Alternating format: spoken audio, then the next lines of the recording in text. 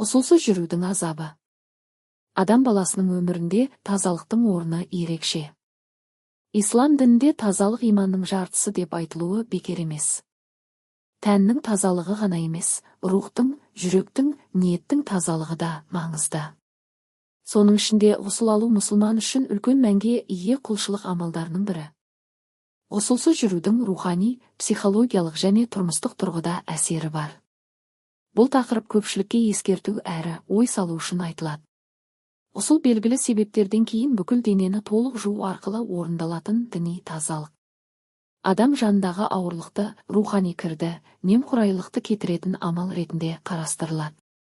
Ғұсыл алу тек денені жуу емес, ол Аллаға жақындаудың, құлшылыққа дайындалудың бір жолы.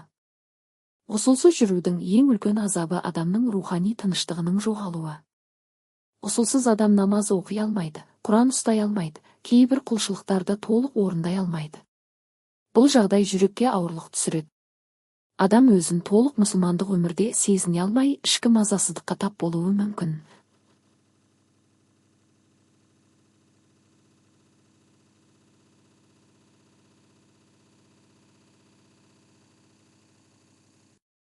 Көп адам мұны байқамайды, бірақ жүректің тынышсыздығы, берекенің азаюы, істің оңға баспауын сезуі мүмкін.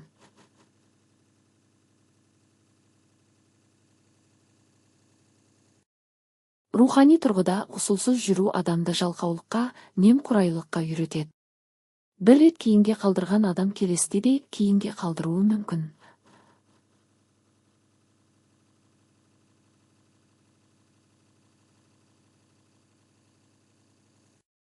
Осылайша адам құлшылықтан алыстап кетеді. Уақыт өте келе намазды да кешіктіруі, рухани салқындық пайда болуы ықтимал. Бұл үлкен ескерту. Пайғамбарымыздың хадистерінде тазалықтың маңызы жиі айтылған. Ғұсыл алу арқылы адам тек тәнін ғана емес, жанын да тазартады. Судың әр тамшысы күнәлардың кешірілуіне себеп болады деген мағынадағы насихаттар бар. Сондықтан ғұсылсыз жүру тек физикалық емес, рухани мүмкіндіктерден де айырылу. Тағы бір азап берекенің азаюы. Кейбір адамдар өмірінде түсініксіз қиындықтар, сәтсіздіктер болатынын айтады. Әрине, бәрін тек бір себепке байлау дұрыс емес. Бірақ діни тұрғыда тазалыққа салғырт қарау адамның рухани әлеміне әсер ететіні айтылған. Тазалық берекенің кілті. Ғұсыл алу арқылы адам өзіне де, үйіне де береке шақырады. Ғұсылсыз жүру адамның ішкі сезіміне де әсер етеді. Кейде адам өзін жайсыз сезінеді, ашушаң болады, көңіл күйі түседі. Мұның бәрі тек ғұсылға байланысты деп кесіп айтуға болмайды, бірақ рухани тазалықтың жетіспеуі адамның психологиялық жағдайына әсер етуі мүмкін. Су тыныштықтың, тазалықтың символы. Ғұсыл алған адам жеңілдеп жаңарғандай күй кешеді. Түнде ұйқының тыныш болмауы, таңертең еріншектік, құлшылыққа зауқының болмауы да кейде рухани тазалықтың жоқтығымен байланыстырылып айтылады. Ғұсыл алғаннан кейін адамның сергектігі артып, жүрегі тынышталады. Бұл көптеген адамдардың жеке тәжірибесінде байқалған нәрсе. Ғұсылсыз жүрудің тағы бір қыры періштелердің разылығы мәселесі. Исламда тазалықты жақсы көретін періштелер бар деп айтылады. Адам таза жүргенде олар оған дұға етеді, қорғайды. Ал тазалыққа салғырт қарау сол рухани қолдаудан алыстау деген түсінік бар. Бұл сенім адамды тазалыққа шақырады. Отбасылық өмірде де ғұсылдың маңызы зор.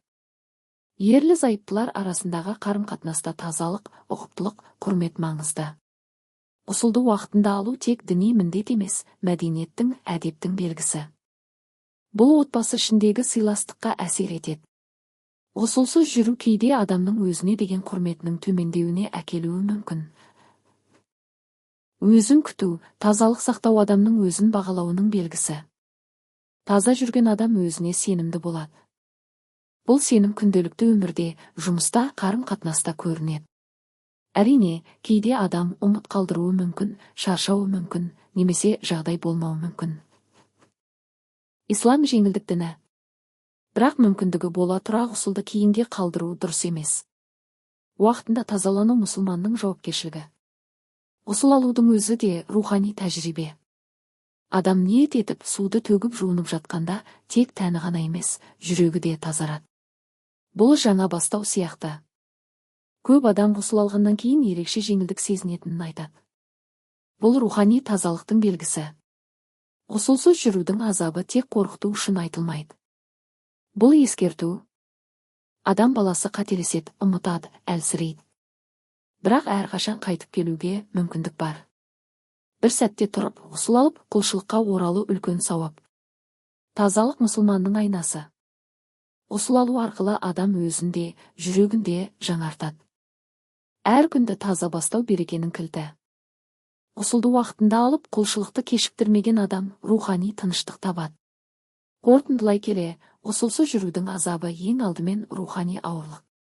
Намаздан, құлшылықтан алыстау, жүректің мазасыздануы, берекенің азаюы, мұның бәрі адамды ойландыруы тиіс. Бірақ ең маңыздысы әрдайым тазалыққа ұмтылу, қателіктен қайту, Аллаға жақындау. Тазалыққа мән беріп, ғұсылды уақытында алып, рухани өмірімізді күшейтейік. Сонда жүрегіміз тыныш, өміріміз берекелі болады. Достар, осындай пайдалы насихаттар мен ой салатын видеоларды жіберіп алмау үшін арнаға тіркеліп, лайк басып, пікір қалдыруды ұмытпаңыздар. Сіздердің қолдауларыңыз бізге үлкен мотивация. Тазалық пен иман туралы естеліктер әр жүрекке жетсін.